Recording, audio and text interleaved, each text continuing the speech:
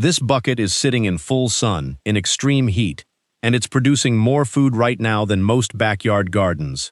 If you've tried growing vegetables through a heat wave, you already know what usually happens. Leaves scorch. Plants wilt by afternoon. Half of what you plant just dies. And if you don't even have a yard, just a balcony, a patio, or a small paved space, it feels like extreme heat basically ends your growing season. Most gardening advice doesn't help here either. It tells you to water more or add shade cloth, but never tells you which vegetables can actually survive this kind of heat in the first place. So you're left guessing, wasting money on seedlings that die in a week. One of these vegetables keeps producing even when it's over 40 degrees Celsius. Another one actually grows faster because of the heat, and one of them, almost nobody grows in a bucket. For every single one, I'll show you exactly how to plant it, where to place it, and when to start, so you're not guessing. Let's start with vegetable number 1. Cherry tomatoes.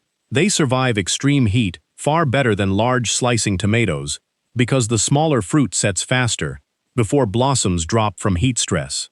Use a 10-gallon bucket with drainage holes drilled in the bottom. Place it where it gets morning sun but light afternoon shade. If your heat regularly passes 95 degrees, that one adjustment prevents blossom drop.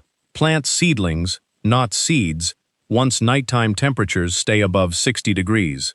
Water deeply every day in extreme heat, early morning only. Mulch the topsoil with straw to cut water loss in half. Vegetable number 2.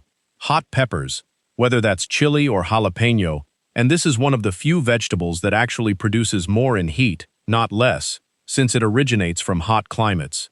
Use a 5-gallon bucket minimum. Full sun all day is ideal here, no shade needed. Plant seedlings after your last frost date, once soil is consistently warm. Water every 1 to 2 days, letting the top inch of soil dry between waterings, since peppers dislike soggy roots more than they dislike heat.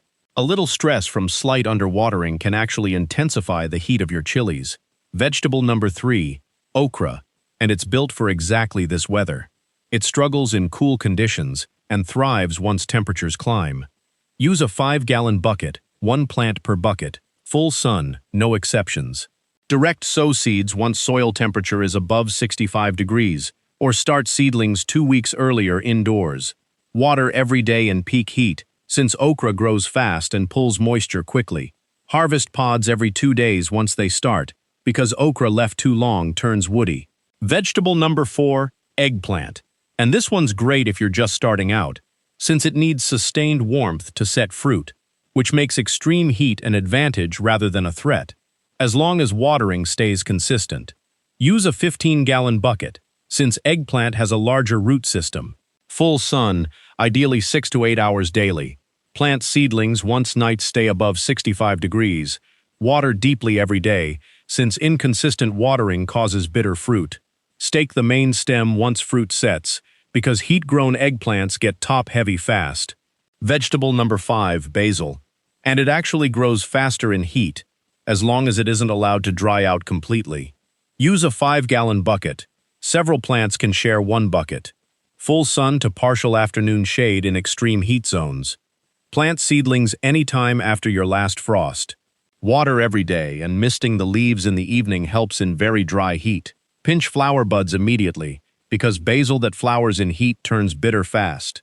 Vegetable number 6, and this is the one that surprises almost everyone. Sweet potato.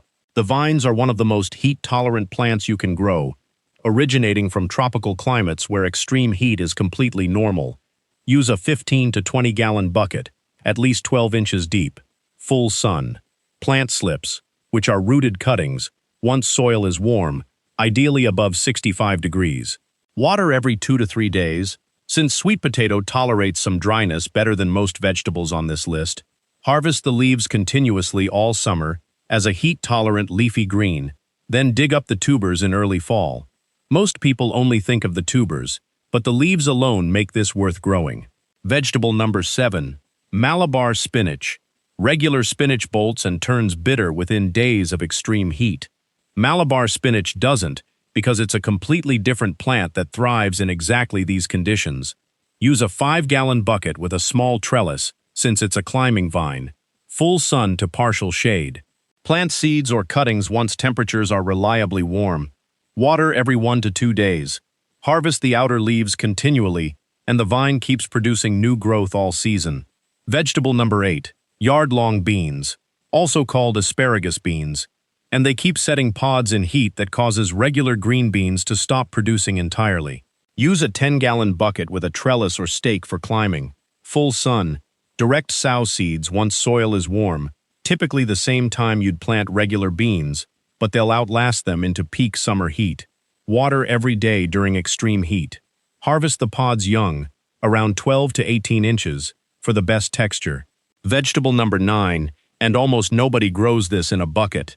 Amaranth, also known as callaloo. It's extremely heat-tolerant and fast-growing, but most people only know it as a grain crop, not a bucket vegetable. Use a 5-gallon bucket. Full sun. Direct sow seeds, once the weather is reliably warm, they germinate quickly in heat. Water every 1 to 2 days. Harvest by cutting the top leaves, and the plant regrows for multiple harvests through the entire summer. Vegetable number 10. Cowpea, also known as black-eyed pea, and this one survives drought better than almost anything else on this list. It's bred for hot, dry climates and handles extreme heat and inconsistent watering better than almost any other legume. Use a 10-gallon bucket. Full sun. Direct sow seeds once soil is warm. Water every 2 to 3 days, since cowpeas are more heat and drought tolerant than most beans, so don't overwater. You can harvest both the young leaves as greens and the mature pods as beans from the same plant. Vegetable number 11, moringa, and it's naturally a heat-loving tree, but kept pruned short in a bucket, it stays compact and productive as a leafy green. Use the largest bucket on this list, 20 gallons or more, with excellent drainage. Full sun all day. Plant from seed once temperatures are consistently warm. Water every 2 to 3 days once established, since moringa is naturally drought-resistant. Prune it to knee-height regularly. This keeps it bucket-sized and encourages more leaf growth instead of trunk growth. Vegetable number 12. Roselle, also known as Hibiscus subdurifa, and it thrives specifically in intense heat and humidity, conditions that stress out most other plants. Use a 10-gallon bucket. Full sun. Plant seedlings once nights stay warm. Water every 2 days. Harvest the leaves through summer for cooking, then let the plant flower late in the season, since the red chalaces that form after flowering are used for hibiscus tea. Vegetable number 13.